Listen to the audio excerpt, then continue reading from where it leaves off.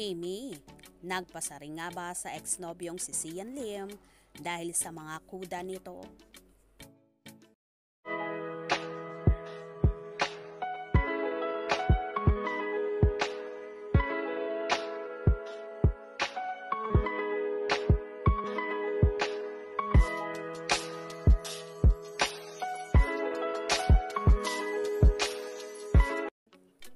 Nag-share siya ng quote kung saan naka-highlight ang mga salitang real growth, blaming, at responsible. Sabi sa quote, real growth is when you start checking and correcting yourself instead of blaming others. You take your power back by being responsible for your life.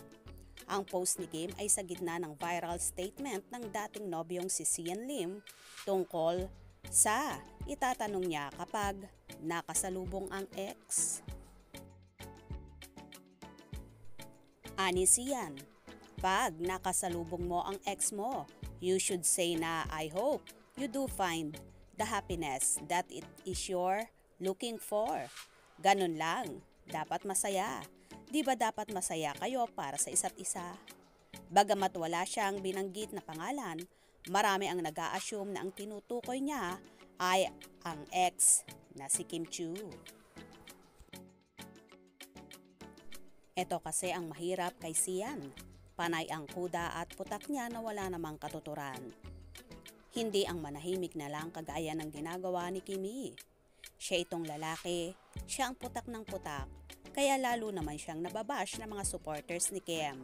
Dahil alam naman ng lahat na i-deny man nila na walang third party both side. Pero mas lamang pa rin ang naniniwalang mga netizens na si Sian ang nagloko at ang actor din ang iniwan sa ere si Chinita Princess. Tapos ngayon, feeling safe siya sa mga sinasabi niya. Bakit ayaw na lang kasing magpakatotoo at manahimik para walang usaping ganito or para hindi binubuhay ang dating issue?